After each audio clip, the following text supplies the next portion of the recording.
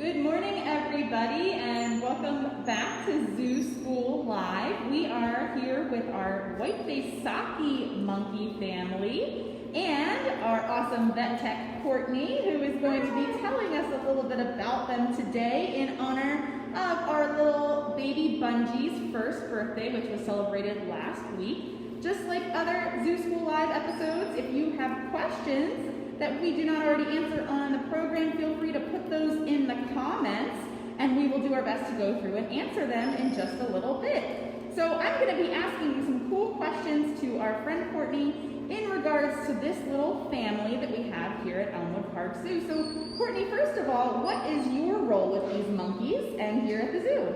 So I am one of the veterinary technicians here at the zoo. So I help take care of all the animals.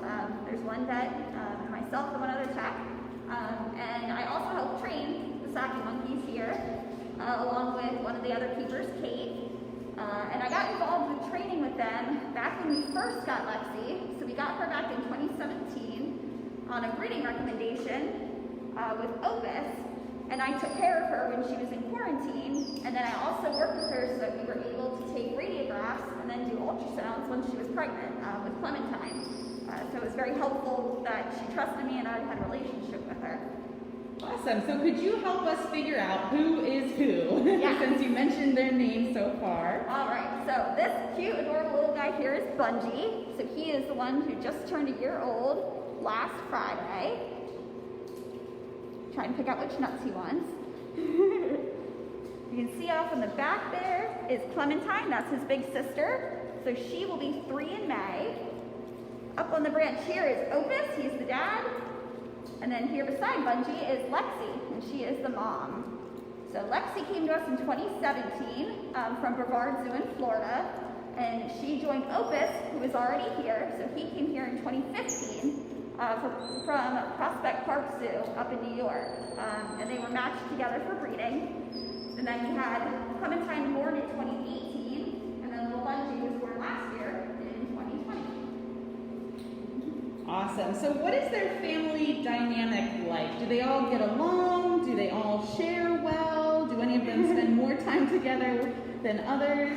So it depends on the day. For the most part, they get along really well. It is also helpful that we kind of have an even mix of boys and girls. So family groups tend to do pretty well, Saki Monkeys at other facilities as well. We do see sometimes some squabbling, sometimes between Lexi and daughter Clementine. Clementine and Bungee love to roughhouse a lot. They wrestle all the time, they chase each other around, and they play. But other than that, everyone gets along pretty well, which is very fortunate and makes us pretty happy. So how about Bungee and Clementine? Are they pretty good siblings? Do they have any rivalries? You said they like to kind of roughhouse a little bit. They're actually pretty good. Clementine was actually really good when Bungee was a real tiny baby. She actually helped Lexi with raising him, which is a normal thing Saki Monkeys do in family groups. So once he was old enough that he could climb onto their backs, she would take him for a little bit too, so that Lexi would get a little bit of a break, which she definitely appreciated. So yeah, they have a really good relationship. I mean, they're both just like two toddlers. They run around and they cause havoc, but we never see any real problems with them. So in the wild, would they live in a family group like this where mom and dad are together and then they have 2 of their young, one's a little older, one's a little younger? So it really depends where you're looking at them in the wild. So they like to live deep in the forest.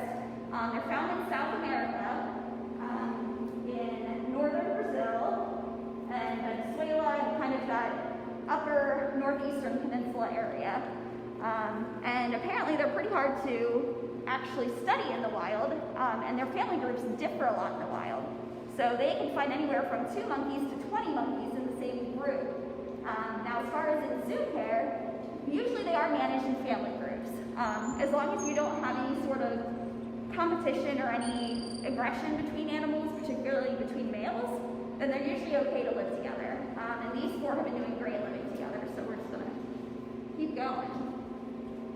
Was Bungee's birth expected, or was he a surprise? So Bungee was an absolutely delightful surprise. Lexi was actually on a contraceptive. She had an implant so that she couldn't have more babies after Clementine. and she still got pregnant, which happens sometimes. It isn't an exact science with monkeys. We didn't actually realize it until she was already 3 months along. We noticed that her weight was just creeping up a teeny bit each time we were weighing her. So we took an x-ray, and lo and behold, there was a baby in her belly. And then he was born 2 months later, so their gestation's about 5 months long. But yeah, he was a total surprise, but a very happy one. And he's such a joy to have around, and he gets along with everyone, so it's working out okay. How much were keepers involved in his care, or did they have any involvement when he was first born, or did Lexi kind of take care of everything herself? So Lexi did a great job with Bungee. Now Clementine was her first baby. Her and Opus is their first offspring for either of them. And that one had a little bit more struggles in the beginning while she was just kind of figuring out how to take care of a baby. So by the time we had Bungee last year, she was a pro. She did so well with him. We never had any issues. She nursed him well. She took care of him. She started feeding him solid foods when she was supposed to. So really, we didn't have to do anything with Bungee other than just kind of check on him and just kind of be around him so he gets used to us. So what's the most challenging part of caring for this Saki monkey family? I would say the most challenging part is if you want to do something with one monkey. It is very hard to just do one thing with one monkey because they all want to participate in whatever we're doing, especially with training. They know that they get really special treats for training, like nuts, which is their favorite. So they all want to train all the time. So a lot of times, Keeper Kate and I will kind of team up to do training so that we can focus on which animal we're doing training with and kind of distract the other ones at the same time. What's the most fun part or rewarding part of working with the Saki monkeys? Oh, there's so many things. First of all, they're adorable. I mean, look at this little face. He's so cute. And they have like such different personalities. Like Opus is very independent. He does his own thing. Lexi can be pretty independent too, whereas Bungee is always following you around, wants to see what you're doing. Clementine is a little nosy too. When she was younger, she would pretend to help us clean, and she would grab the broom handles from us or the dustpan. So yeah, it just kind of depends. It depends on their personalities, but it's very rewarding to train them. They're very smart, and it's so exciting to see when they finally understand what you're asking them to do, and then they do it right away. It's always the best part. So how do the monkeys in general interact with keepers? You made it sound like they're pretty curious. For the most part, is that general with all of them? Or are they pretty interested in everything you guys are doing? Or do they ever get nervous about people in the zoo or keepers around? I would say none of them get too nervous with people or guests. A lot of times they like to actually people watch. As far as when we're in here cleaning, Opus and Lexi are usually just waiting for food. I mean, they are very good with us. They don't show any kind of aggression, but they're not quite as nosy as Bungee and Clementine, who are pretty much follow you around the exhibit and follow everything you're doing and kind of help you along as you go. So, yeah, I would say that they're definitely a friendly bunch and definitely curious. Does Bungee have any favorite foods or toys, or is he still kind of exploring all different types of things? So he doesn't seem too picky on food. His favorite, I would say, is banana, followed by pear. But he will eat almost anything that we put in the diet. His favorite toys are any of the things that make sound, like bells and whistles and things that can jingle. He seems to like playing with those. And then he definitely loves playing with his sister Clementine. They will chase each other around for hours and roll around on the branches and groom each other. So he definitely likes spending time with his family. Is it hard to make sure these monkeys get lots of different enrichment? They seem like they have lots of toys all over. So is that something you guys change every day? So it is. So being a primate, they definitely require a lot of mental stimulation, especially because they're inside in the winter. It's too cold outside. So yes, they get new enrichment every single day. We use different things from different kinds of food that's new to them to puzzle eaters. We'll put in new scents, things like chimes, bells, whistles for them to play with. There's a lot of different options that we can do to just kind of stimulate their minds and give them things to do and really interact with them. Is there anything that anyone watching, if they want to help enrich the monkeys' lives? Is there a place they can go to find new toys or things that you guys can use? Absolutely. If you guys go onto our Amazon wish list, there are a whole bunch of different toy and puzzle feeder options. Some of them are labeled for the monkeys. The nice thing about these small monkeys is they can get almost anything that we get for enrichment. So any of the puzzle feeders, any toys, these guys can use almost anything because they're really good about not eating things that they shouldn't. So we don't have to worry about them hurting themselves or eating a piece off of a toy that maybe another animal like jaguars might do. These guys can interact with a lot of things. So what does it mean for the Saki monkeys to be part of a species survival plan? What is, in the zoo terms, what does that mean for them? So the easiest way to explain it is it's kind of like a dating site for animals. So there are a lot of zoo animals that are part of an SSP. And what they do is each SSP has a coordinator. And what the coordinator does is they look at different genetics and bloodlines and they match up males and females for breeding. Because the best way to have healthy individuals is to have animals from different families bringing in a lot of different genes. So what the coordinators do is they'll look at who's had babies, who has bred successfully in the past, who isn't well represented. For example, Opus, since he is 21 this year, before Lexi came, he had never had any offspring, so he didn't have any sort of gene representation in this population. So they wanted him to breed with Lexi so he gets some of their offspring with the same genes. And there's a lot of different SSPs at zoos, a lot of different species have them. And even though Saki monkeys are considered least concern in the wild, there's still a lot we don't know about them because they're so deep in the forest. So it's also helpful to be able to breed and be able to research and watch their breeding behavior because we don't have a really good idea of how that happens out in the wild. So our coordinator for the Saki monkeys is who sent Lexi to us on a breeding recommendation with Opus, and that's how we ended up with Clementine. And then we contracepted her because they didn't need them to have another baby right away, but apparently they felt they needed another one to add to the family. So now we have Bungee, and Lexi is again implanted, so hopefully it'll stick this time. I guess we'll see in the spring if we end up with another baby. And what does that mean for Bungee and Clementine? Will they stay at the zoo for their whole life, or is there a possibility they might go someplace else to live with and start their own families? So it's always a possibility that they can go to another zoo. Again, the coordinator is the one who's going to decide whether or not she wants them to breed. So for right now, the family group is staying here. We haven't gotten any breeding recommendations for them. But a lot of it will also depend on them and how well they do as a family group.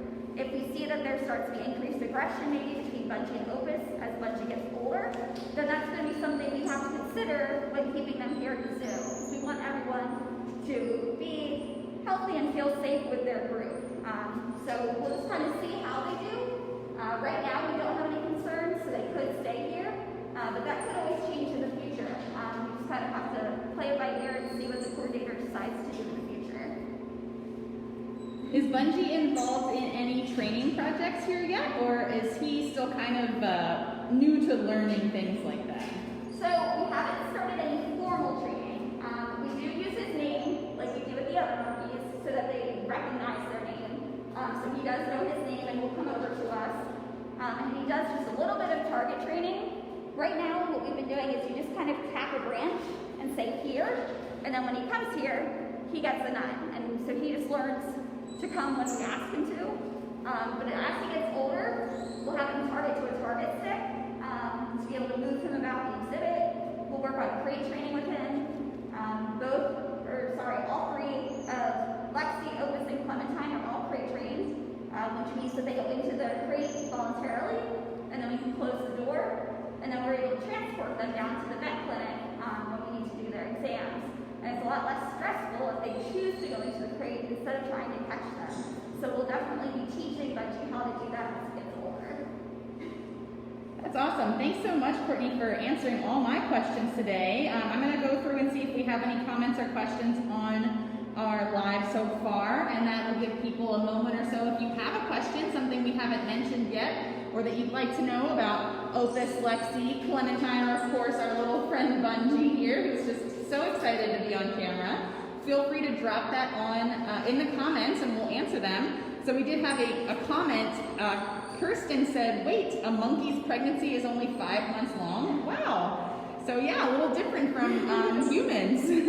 Yeah, so they have a much shorter gestation period, and it's also hard to tell that they're pregnant. They look very furry, but they really only weigh about 6 or 7 pounds. So they're really small animals, which means that when they're pregnant, they only gain a tiny bit of weight. So we don't really see them get a big belly, like a lot of times happens with people or even other animal species. So the easiest way is, if we see they gain a little bit of weight, what we can do is take an x-ray or just the ultrasound and confirm whether or not they're actually pregnant. Yeah, so with Lexi, we didn't actually realize it until she was more than halfway through her pregnancy with Bungee, because there's no real outward signs that make her look pregnant. We have a couple good mornings coming in from different areas. Thank you guys for joining us. We love that we get people from viewing from all over. That's really fun. You can see Bungee just being a complete goose back there. Cindy would like to know, how long do they live? So that is a great question. So in the wild, they usually will live into their early teens, like 10 to 15 years old. In managed care, such as in zoos, they can actually live into their late 20s, early 30s. And that's because here at the zoo, we give them their food. They don't have to hunt or look for the nutrition. We take care of them as far as medical, so they get annual exams. We give them their vaccines. We take care of them when they're sick. And they also don't have any predators here. So for all those reasons, they actually live a lot longer in managed care, almost twice as long than they would out in the wild. So I know one of the questions that's been asked before is, how do you tell the difference between Lexi and Clementine? So when someone first asked me that question, they just look different to me. I couldn't really explain it, but they're both pretty close right now. A few of the differences are the little light hairs on Clem's forehead are a lot more prominent than they are on Lexi.